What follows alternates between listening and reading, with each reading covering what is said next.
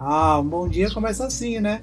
Solzão na estrada, aí no asfalto aparece esse palácio enorme aí. Parece que alguém esqueceu lá no meio do mato, toda vermelha, rosa, dourada, gigante, cheia de relevo nas paredes, daqueles que parece que os caras ficaram lá anos e anos fazendo por detalhes.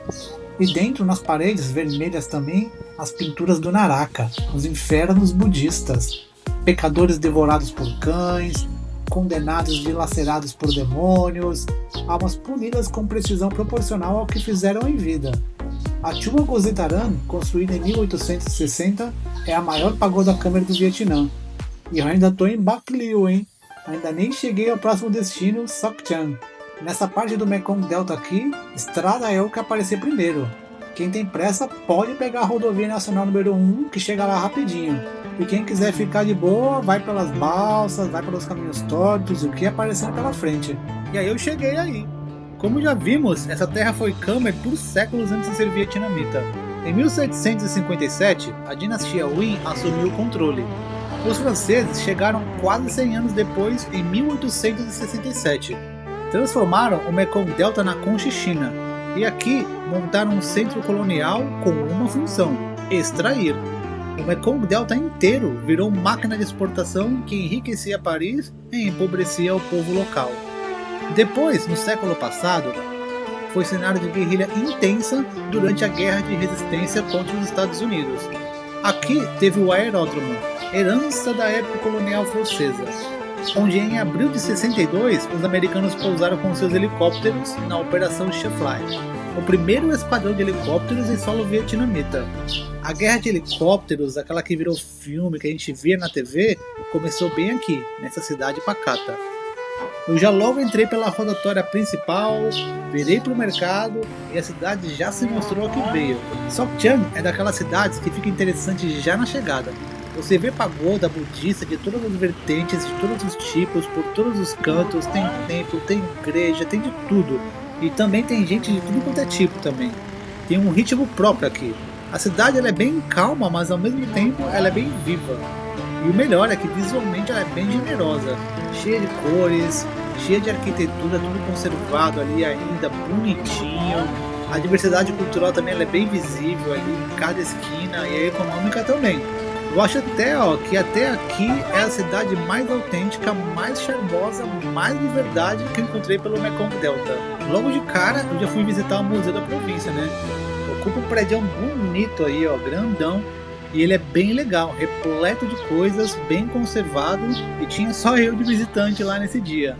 A cadeira cerimonial de líderes pré-coloniais e também tinha um monte de balde de madeira. Eu vi em quase todos os museus por aqui. Ele é o balde de irrigação, porque é bom lembrar que quem venceu essas guerras veio dos campos de arroz. Tinha também uma bela coleção de artefatos militares, cada qual com sua particularidade.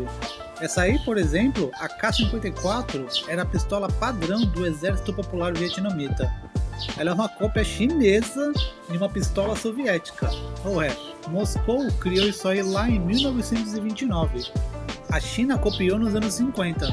O Vietnã recebeu, usou na Guerra de Resistência. Numa simples pistola a gente vê a União Soviética, a China e o Vietnã de um lado e os Estados Unidos do outro. Toda a geopolítica da Guerra Fria destilada em uma pistola. E lá fora também tinham vários presentinhos americanos, tá? Esse aí era o tanque M48 Patton. Era o principal tanque de batalha americano. Ele foi, na verdade, projetado para combater os blindados soviéticos na Segunda Guerra. Depois eu tentei ver o museu do povo Khmer. Estava fechado, mas o templo ali ao redor estava aberto. E é o maior de todos, o Mahatup, que significa Grande Resistência em Khmer. Existe aqui desde 1569. Segundo a tradição, uma batalha de camponeses contra o feudalismo colonial foi vencida aqui. Aí o povo se instalou em paz e construiu um templo. Já em vietnamita, ela é conhecida como Chua Doi, a pagoda dos morcegos.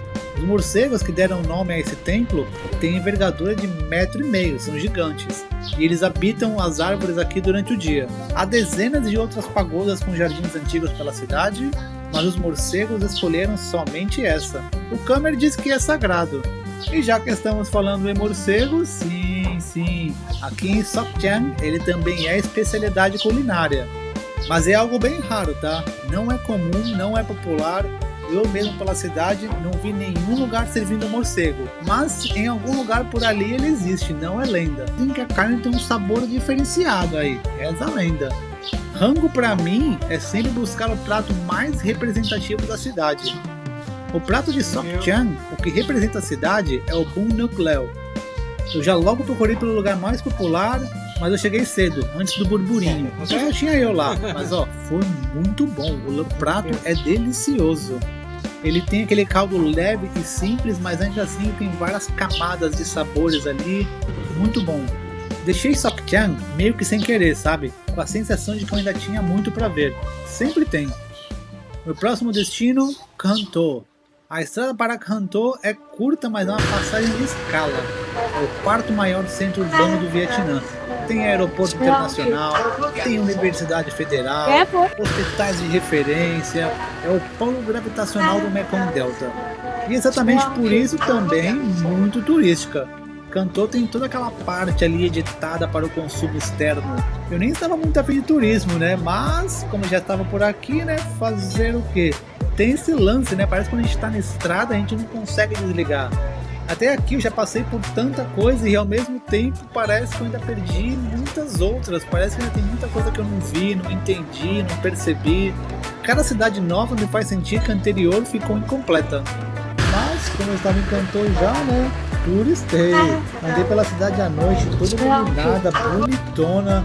E aí depois eu parei no mercado noturno, tomei umas cervejas e comi isso aí, ó, o Banh Chan, que eu chamo de pizza vietnamita, né? É só um papel de arroz ali, cheio de temperos, mas é o snackzinho do voo ali que bate bem, sabe? Aí fiquei ali só admirando a vida noturna, daquela parte turística de Can-Tho, bem legal. As coisas que todo mundo vai ver existem por alguma razão, né? Eu que sempre acabo achando outras coisas interessantes. Como esse lugar aí, que os guias de Can-Tho chamam de o Circo dos Sapos. O dia que eu fui, os sapos quase não pularam. É um ou outro só. Ficaram lá todos parados, no solzão. Quem ficava ali batendo sambor, os turistas esperando, turista pagando pra sapo pular. Ai, ai, ai, cada dia saiu, né? Eu acho que eu me diverti mais nesse lugar aí, ó. E olha só, Dien Bien Phu. Local onde em 54 o general Jato cercou a maior fortaleza francesa da Indochina e destruiu a ilusão de que a França ainda era um império. E nessa rua que leva esse nome tem uma senhora fritando esse bam pate chaud ali na beira da calçada. Pedi o meu, fiquei ali esperando por uma meia hora porque ela faz um por um. Veja só, né? A receita que ela faz aí é uma herança colonial francesa e a rua onde nós estamos comendo homenageia a batalha que expulsou os franceses do Vietnã para sempre. É a vida, né? O bam pate chaud é como um pastel de feira com massa de torta. É uma delícia, claro.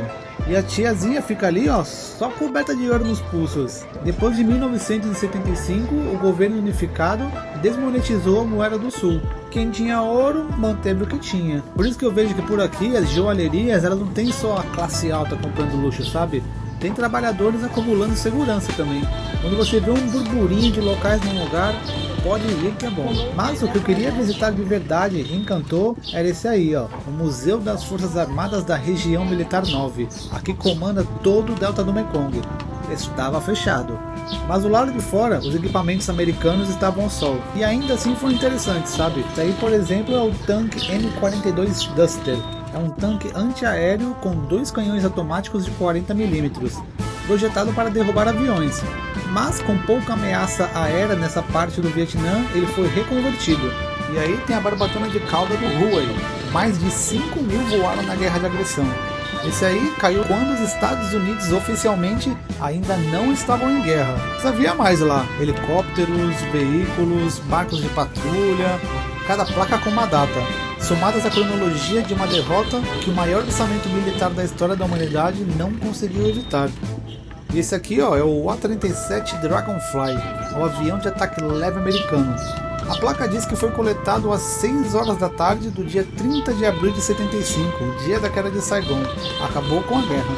E ó, vamos continuando, né? Vamos enchendo o mapa. Saímos lá de Ho Chi Minh, Passamos pela fronteira com o Camboja, pelo ponto mais extremo ao sul do Vietnã e agora estamos subindo pela outra costa do Mekong e indo para o centro. Você chegou até aqui? Legal, valeu, seja bem-vindo. Se inscreva no canal, eu sigo na estrada e vamos que tem muito mais pela frente. Até o próximo episódio.